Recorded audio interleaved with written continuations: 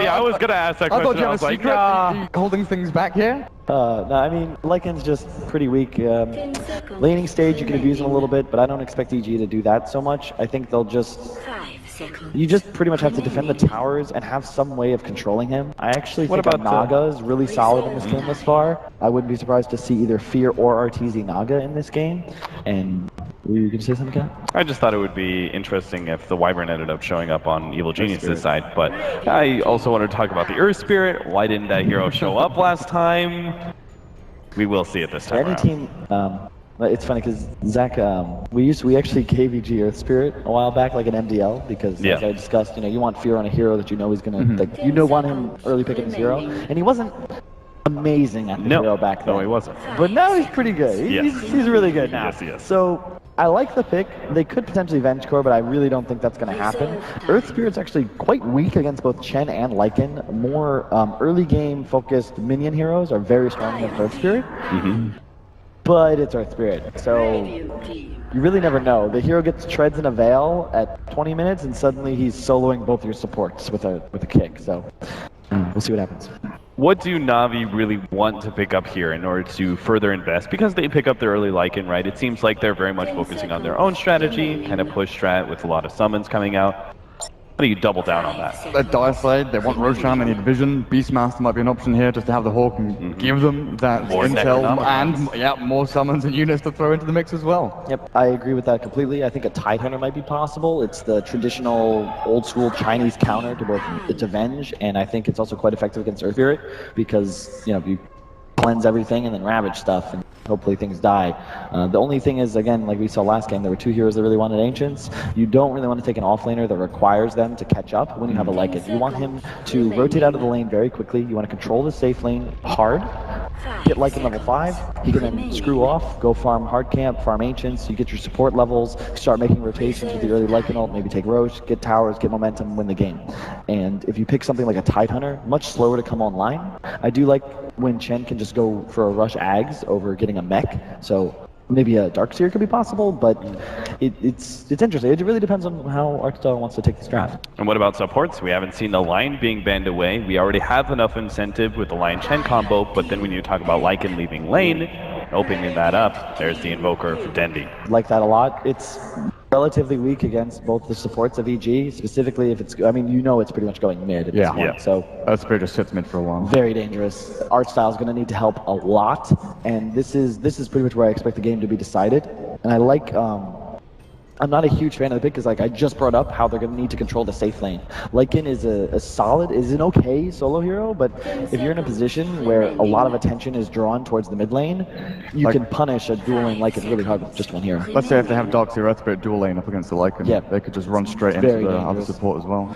I would not be shocked to see a Darkseer here. Both DP and OD were banned, both quite good against the Darkseer, and in addition, you see both of the main cores of Navi, and while Invoker's got a favorable matchup against Darkseer, I don't really think it's a huge deal because they'd be able to apply, as you said, so much pressure on the Lycan. It'll force the Chen there, it'll force the support to stay there, and then Fear at any point can roll middle, Invoker's dead. So if we look at it that way, what kind of carry here does EG want to do to actually have the safe lane farm and maybe deal with the Lycan as we get into 15-20 minutes?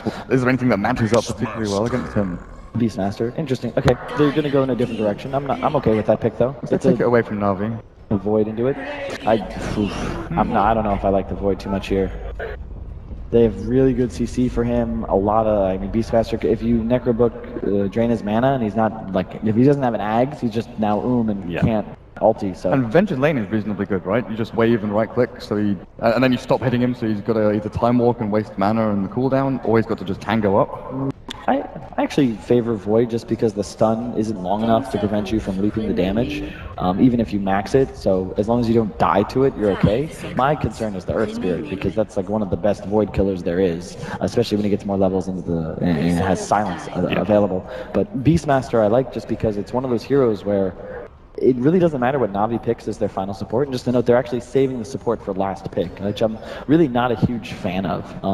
Unrelated, but is Seneko drafting for Navi? Yeah. Have I not noticed that? I thought it was Arcstyle this whole time. So Seneko's actually saving his hero for last then, which is quite ambitious, and just interesting to show how, PPD picked his first and Seneko's saving his for last. So it's everyone sees Seneko as sort of the star of Navi. I think that he's the only member of the roster for more than, what, 3 months, other than Dendi, if I'm not mistaken. Other than Dendi, yes. So obviously there's a lot of faith in him from both Dendi and the organization. So hopefully he'll pick something surprising. And do you ban out the Wisp here just in case?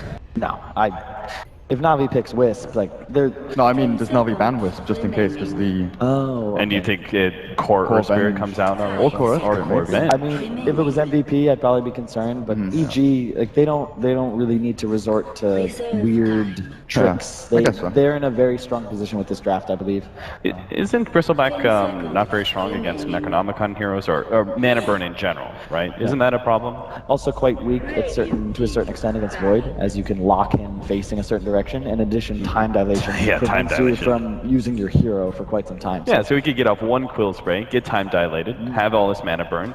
We may not see any Quills out of this hero. He's going to need to itemize for either a early BKB or it's kind of weird, but I actually think Lotus Orb is a potential item for the Bristle, just because it gives him, it's obviously armor, which you really need to build on that hero. In addition, you can then remove all of the silences, time dilation, etc., and it just gives you mana regen, which is really helpful, especially if this Invoker happens to be Quaswax, although I doubt that. Yeah, and this is probably going to be pretty physical damage focused. That was kind of interesting though.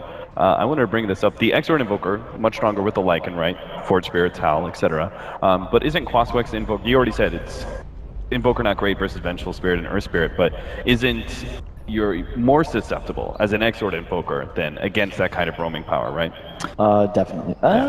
It's hard to say, to be honest. The thing is, when you go the old Forge Spirit build, you can, it all kind of depends on how the game goes. The 2v2 of Chen Invoker is much stronger with the Forge Spirit, but it's really hard to say. And they go Disruptor, which...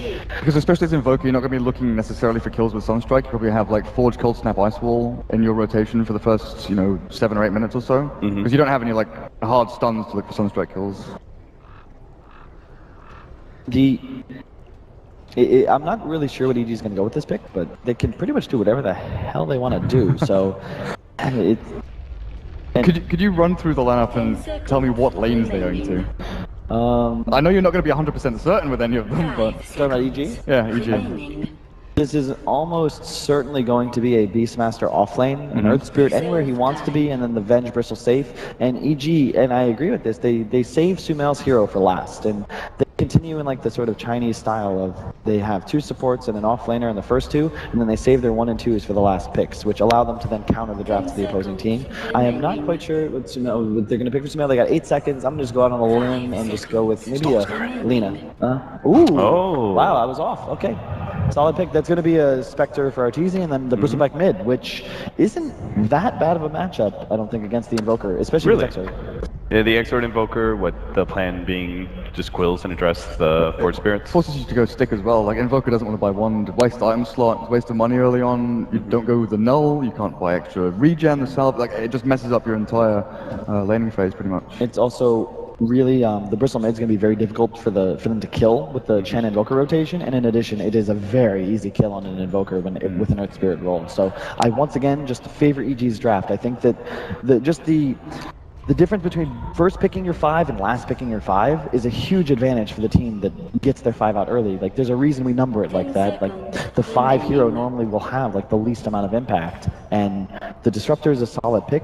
But I don't see it as this just amazing hero, like, wow, that's not a game really changer. solid. Exactly. It's just an okay hero. And I favor EG's drafts, probably like 70-30, and I just think that they're just too good to allow Navi to surprise them. All right, guys. Well, here it is. Game number 2, Evil Geniuses versus Navi. Toby1 and Milk, take it away. Thanks a lot, Cap. Yes, we are here for game number 2. Let's see. Move forward. Will it be EG in a 2-0 wipe, or will it be Navi forcing us into a third game? Malk, it seems Navi has a very eclectic draft this game. Yeah, so like I really like the 3 opening picks, even the early pick of the Lycan, because EG banded out and DJ Ra played a really good Lycan yesterday. They could actually just I've said this several times today, but they could have forced the issue and just Deathball pushed with those heroes and then combine it up with something else, and then they completely demolish their own synergy by picking up the Faceless Void and the Disruptor, and it's sort of like the last game we saw from them, where the lineup was all over the place. They didn't really seem to have a plan or anything, whereas EG still picks up, Beastmaster, Venture Spirit always have some kind of synergy together, and then the Bristleback is a bit of a surprising pick, I'd say, especially because it's going mid. Yeah. I'm not